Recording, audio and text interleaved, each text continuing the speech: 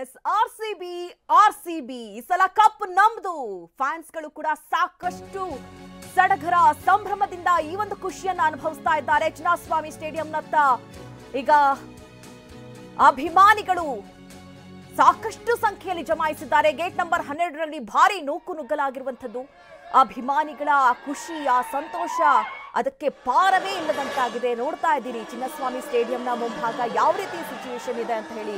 ಅಭಿಮಾನಿಗಳಲ್ಲಿ ಆ ಒಂದು ಖುಷಿ, ಆ ಸಡಗರ, ಆ ಸಂಭ್ರಮ, ಒಂದ್ ರೀತಿ ಹಬ್ಬದ ವಾತಾವರಣ ಇವತ್ತು ಮನೆ ಮಾಡಿರುವಂಥದ್ದು ಇಡೀ ಬೆಂಗಳೂರಿನಾದ್ಯಂತ. ಅದರಲ್ಲೂ ವಿಧಾನಸೌಧದ ಮುಂಭಾಗ ಆಗಿರ್ಬೋದು, ಚಿನ್ನಸ್ವಾಮಿ ಸ್ಟೇಡಿಯಂ ಬಳಿ ಆಗಿರಬಹುದು, ತಾಜ್ ವೆಸ್ಟ್ ಎಂಡ್ ಹೋಟೆಲ್ ಬಳಿ ಆಗಿರ್ಬೋದು, HL ಏರ್ಪೋರ್ಟ್ ಬಳಿ ಆಗಿರಬಹುದು.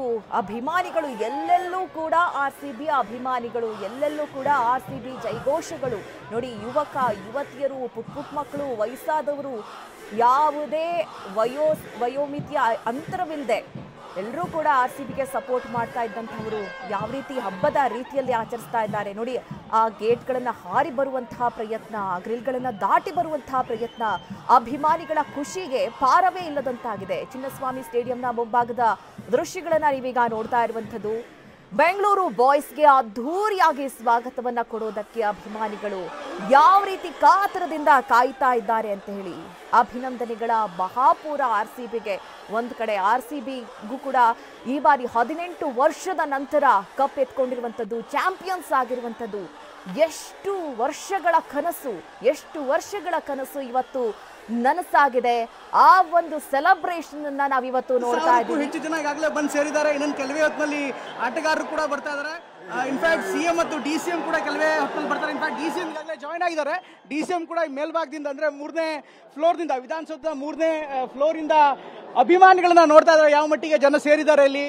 ಇನ್ಫ್ಯಾಕ್ಟ್ ಈ ತರ ದೃಶ್ಯ ಸಾಮಾನ್ಯವಾಗಿ ಪ್ರಮಾಣ ವಚನ ಸೇರಿದಂತೆ ಬೇರೆ ಬೇರೆ ಸಂದರ್ಭದಲ್ಲಿ ಮಾತ್ರ ನೋಡೋದಕ್ಕೆ ಸಿಗುತ್ತೆ. ಆದ್ರೆ ಬಹುಶಃ ಒಂದು ಕ್ರಿಕೆಟ್ನ ಕಾರಣಕ್ಕೋಸ್ಕರ ವಿಧಾನಸೌಧದಿಂದ ಇಷ್ಟು ದೊಡ್ಡ ಭಾರಿ ಪ್ರಮಾಣದ ಜನ ಸೇರಿರೋದು ಸಹಜವಾಗಿ ಒಂದು ವಿಶೇಷವಾದಂತಹ ಸಂದರ್ಭ. ನಮ್ಮ ಜೊತೆಗೆ DCM DK ಶಿವಕುಮಾರ್ ಅವರನ್ನು ಕೂಡ ಮಾತಾಡೋಣ. ಸರ್ ನಮಸ್ಕಾರ.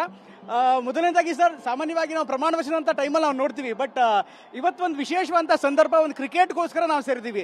ನಿನ್ನೆ ಪೂರ್ತಿ ಮ್ಯಾಚ್ ನೋಡಿದ್ರ ಸರ್? ಹೇಗೆ? ಪೂರ್ತಿ ಮ್ಯಾಚ್ ನೋಡಿದೆ. 18 ವರ್ಷಗಳ ಕಾಲ ಸತತವಾಗಿ ಪ್ರಯತ್ನ ಮಾಡಿದ್ದಾರೆ. ವಿರಾಟ್ ಕೊಹ್ಲಿ ಅವರು 18 ವರ್ಷಗಳ ಕಾಲ ಈ ಟೀಮಲ್ಲೇ ಉಳಿದಿದ್ದಾರೆ. ಅವರ ನಿಷ್ಠೆ, ಪ್ರಾಮಾಣಿಕತೆ ಒಂದು ಬಂಡೆಯಂತೆ ಕರ್ನಾಟಕದಲ್ಲಿ ನಿಂತಿದ್ದಾರೆ. ಇವತ್ತು ಅವರು ಕೂಡ ನಮ್ಮ ರಾಜ್ಯದ ಗೌರವಕ್ಕೆ ಪಾತ್ರರಾಗಿದ್ದಾರೆ. ಎಲ್ಲ ಟೀಮ್ಗೆ ಕರ್ನಾಟಕ ಸರ್ಕಾರ ಅವರೆಲ್ಲರೂ ಕೂಡ ಅಭಿನಂದಿಸದೆ ನಂಬರ್ 1.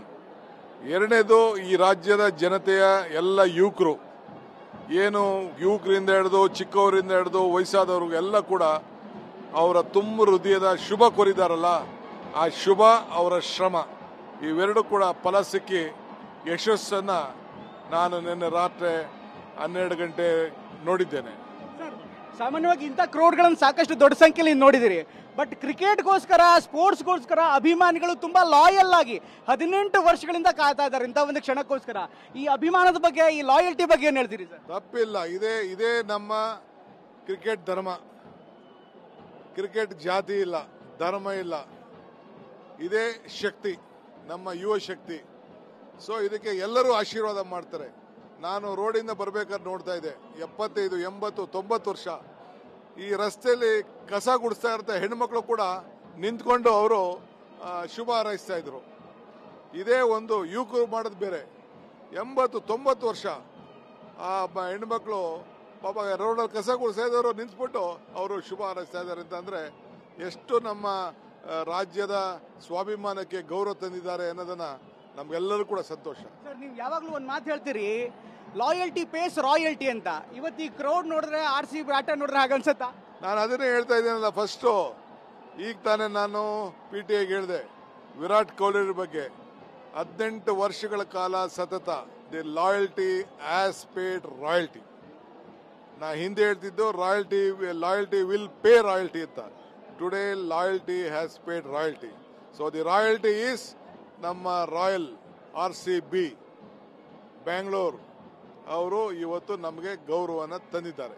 ಸರ್, ಇದ್ರ ಜೊತೆಗೆ ಕೊನೆಯದಾಗಿ ನೀವು ವಿರಾಟ್ ಕೊಹ್ಲಿನ ಭೇಟಿ ಆದ್ರಿ, ಅವ್ರಿಗೆ ಕನ್ನಡದ ಧ್ವಜವನ್ನ ಕೂಡ ಕೊಟ್ರಿ. ಏನಂದ್ರಿ ಸರ್? ಇಂಟರಾಕ್ಷನ್ ಹೇಗಿತ್ತು, ಏನಾಯ್ತು, ಮಾತುಕತೆ ಬಗ್ಗೆ ಹೇಳ್ಬೋದಾ? ನೋಡಿ, ನಾನು ಇನ್ನೇನು ಕೊಡಲಿಕ್ಕೆ ಸಾಧ್ಯ ಅವ್ರಿಗೆ. ಈ ಕನ್ನಡ ಧ್ವಜ ಅಲ್ಲ, ಅದು ಕರ್ನಾಟಕದ ಗೌರವ ಕೊಟ್ಟಿದ್ದೇನೆ, ಕರ್ನಾಟಕದ ಸ್ವಾಭಿಮಾನ ಕೊಟ್ಟಿದ್ದೇನೆ. ಅವರು ಬಹಳ ಸಂತೋಷದಿಂದ ಇದು ಕರ್ನಾಟಕದ ಬಾವುಟ ಅಂತೇಳಿ ಸಂತೋಷದಿಂದ ಸ್ವೀಕಾರ ಮಾಡಿದ್ರು. ಸರ್, ಫೈನಲ್ ಕ್ವಶನ್, ನೀವು ಬ್ರ್ಯಾಂಡ್ ಬೆಂಗಳೂರು ಬಗ್ಗೆ ಮಾತಾಡ್ತೀರಿ.